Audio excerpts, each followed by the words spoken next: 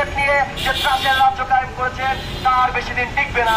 এই ছাত্র জনতা এখন ডাক দিচ্ছে আপনার সিন্ডিকেট ভেঙে যাবে।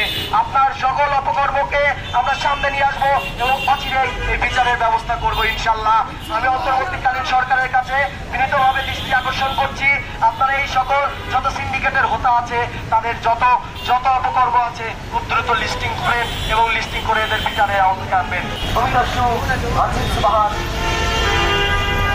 অর্থের লোক দিয়ে দেশের আইন ব্যবস্থাকে, শাসন ব্যবস্থাকে কুক্ষিগত করে চিহ্ন করে রেখেছিল। দেশবাসী, আমরা এমন অন্যায় বিচার মেনে নিতে পারি না।